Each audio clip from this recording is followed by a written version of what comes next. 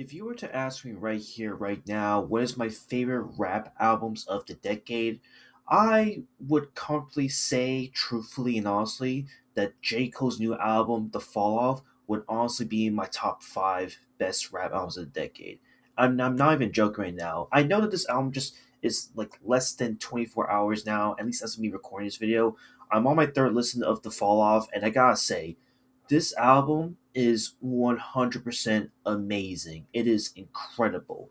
This is, like I said, this is an album that has been teased by J. Cole for a really long time. Specifically, I mean, first like appearance of this album was first heard of in 2018's KOD with that 1985 intro. And honestly, from that point forward, it's been nothing but teasers and hype and build up surrounding this project.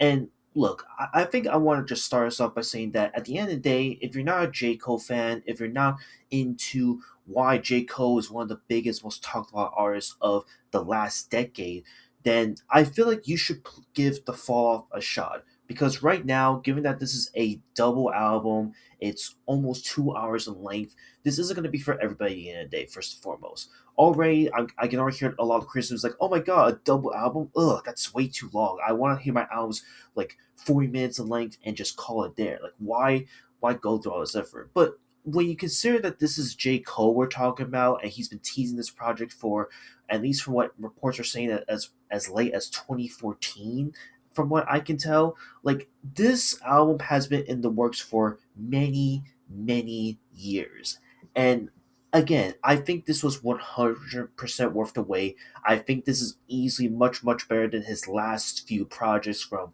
his Might Delete Layer mixtape, much better than the off season, which while I do like the off season at the end of the day, I felt that this was a really short project that kind of was like a condensed version of like what you would hear from J. Cole's earlier mixtapes.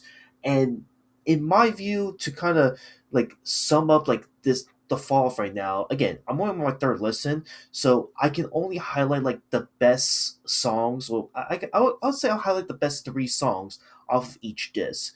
So right off the bat, from the first disc alone, given that there's 12 tracks on here, the best songs off of the first disc off the album, in my opinion, from right now, would have to be Legacy, Poor Thing, and Who the Fuck Is You. And honorable mention would go for Lonely at the Top, which is a bonus track, Drum and Bass, and Bombs in the Ville slash Hit the Gas.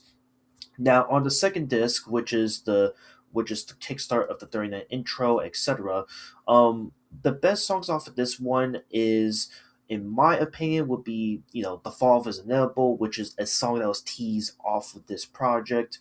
Life Sentence, which given like the themes of that song, I really like it. It's incredible. A huge homage to, if I'm not mistaken, based off of the lyricism I'm hearing off of the song, toes to his wife.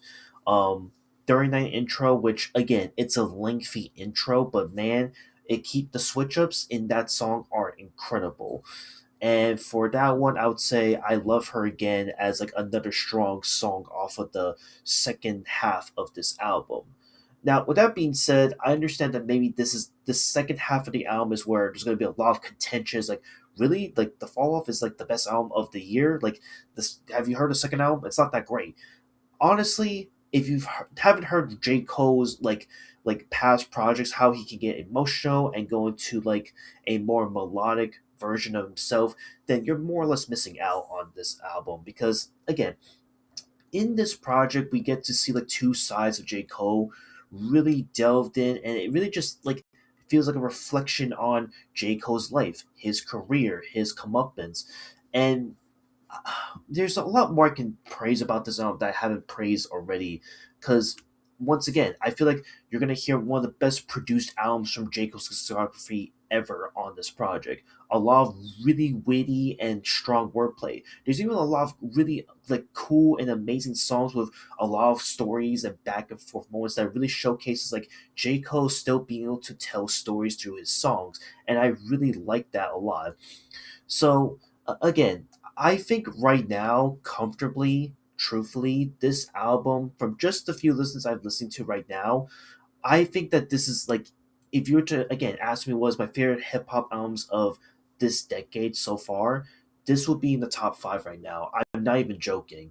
because what's kind of funny, and to wrap this up, is that the fall off, the teasers, everything that was building this out for many, many years reminds me of another artist that just dropped their album not too long ago and was also teasing a project for a really long time, and that's Logic with Ultra 85. And look, I know maybe the comparisons is a little bit off the rails, obviously, right? But you have to understand, in Logic's case, Logic was teasing Ultra 85 for a really long time, specifically since his 2015 album, The Incredible True Story.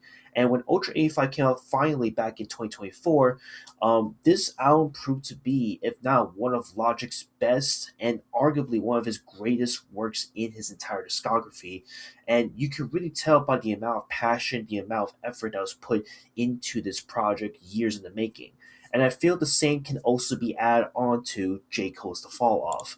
So yeah, I think The Fall Off is incredible. 100% is a must listen for any J. Cole fan. And to wrap this up, ranking, when I make my ranking of every J. Cole project, this is going to be an interesting contender as of right now where I'm going to place it. And yeah, that's it. I'll see you on the next one. Later.